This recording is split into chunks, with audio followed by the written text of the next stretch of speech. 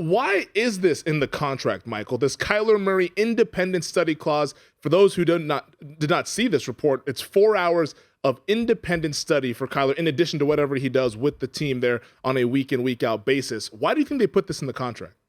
Well, I mean, you don't have to be Jim Rockford at $200 a day plus expenses to figure this one out. He didn't do it. He didn't do it. He wasn't prepared. I mean, there's a New York Times article where he's quoted as saying that, I'm not going to watch tape. I can just get it in my head. I know how it goes. I mean, it's his quoted. I have a different brain wired. Well, obviously, you were costing your team plays on the field because you were making mistakes. They wouldn't have put this in there if he had perfect execution.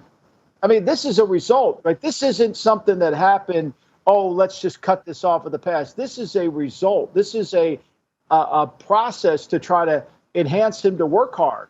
And they can void the whole contract. Can you imagine that? That's crazy. I mean, here's what I don't think they understand. I'm convinced of this. You ever watch Entourage? Yeah, I've watched Entourage. Okay, well, I think the Cardinals front office is the exact replica of Entourage, okay? I think Cliff Kingsbury is Vinny, okay? I think he's the handsome guy, right? Vinny Chase. Vinny Chase. I think that Steve Keim is Vinny Chase's brother. What was his name? Johnny Drama. Johnny Drama, okay? And I think Michael Bidwell is Turtle. And I think the problem with their front office is they don't have an Eric. They don't have an E. They don't have anybody with any common sense because, they all want to kind of hang out and do all their thing together. And Vinny's the good looking guy. But where's the program? Didn't somebody say, hey, you know what? If we got to give our best player this clause, perhaps he's not our best player. Are we just going to hang out and go to social parties together and do all the things we want? Seriously, this is an Entourage. At some point, do you think Belichick or Bill Walsh or Mike Tomlin would be talking about this? No, of course not. That's why I think they're Entourage. They just don't have an E in their front office. They got a good-looking guy. They got, Turtle. They got Johnny Drama. I mean, they got it all, but they don't have E. They miss E. They miss somebody in this Entourage. And this just shows how bad all the things that I saw on the field that I'm not privy to in the building, it manifested itself when it came out with this clause.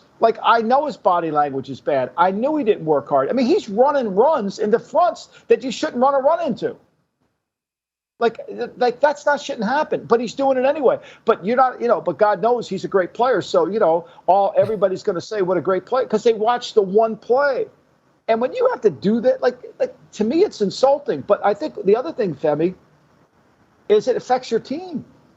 It affects your team. We know this. We wrote this for the Daily Coach, about incentives. When you give incentives to people, you only temporarily change habits. You don't always change habits. And so because of that, it's never going to work. It's only going to be a temporary fix.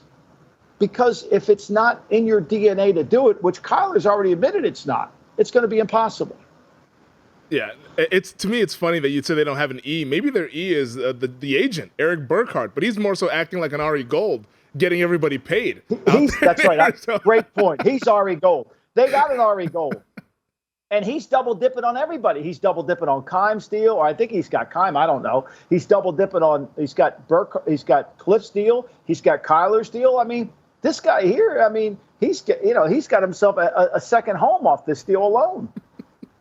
The Cardinals package. He's hustling Michael Bidwell out there down in the desert. So why do you think the Cardinals would invest in somebody who they don't believe is putting in the necessary time to be a great quarterback? Because they took the path of least resistance. They said, well, what else are we going to do? He's our quarterback. We got to make this work. Instead of trying to find competition and bring it out of him and waiting 2 more years. Look, I think the biggest mistake of this contract is they did it 2 years. They rewarded him for being lazy. They could have let this thing play out for 2 more years. They had 2 more years of this deal. That to me is the biggest issue. Tell them, look, we're not going to redo this contract until you prove you're going to be prepared for games you're going to study. Give them the mandate. Don't reward them and then say, we'll put this clause in here. Make them earn it. Make them earn it. Show that he's committed. That's the whole conversation. Why were they in a rush to redo this deal? Who were they competing against? They owned his rights. He wasn't going anywhere. He wasn't going back to baseball. No. Like, why did they feel the urge to do it now? Like, tell him, say, look, Kyler, call him in his office, man to man. Okay, if I were the GM in Arizona, I said, Kyler, look, I respect the shit out of you. You make unbelievable plays. You know, you got to improve in this area. You got to improve in that area, and you got to work harder. And I promise you, we'll redo your contract at the end of this season. I don't care what the one-loss record is. As long as you do the things you have to do to become a better player, I'm all in. But if you don't, we're going to have a problem. Like, what's wrong with that? That's called professionalism. It's your job. If I got to mandate what your job is, okay, you're a carpenter. You must bring your hammer to work. You must hammer 17 nails a day. Like, what the fuck? It seems like it's a prerequisite, but apparently it needs to be put into the contract. Now, in defense of Kyler, because I am on record that I believe in Kyler's talent, he just needs to stay healthy, and that might be something that he can't do given his size. But I look at his stats, and he has improved every year statistically. Completion percentage, yards per attempt, their wins in terms of the win-loss record. So is it possible for a player to not be putting in the hard work while still improving on a year-in, year-out basis? I mean, it's possible, but it's going to manifest itself to a problem.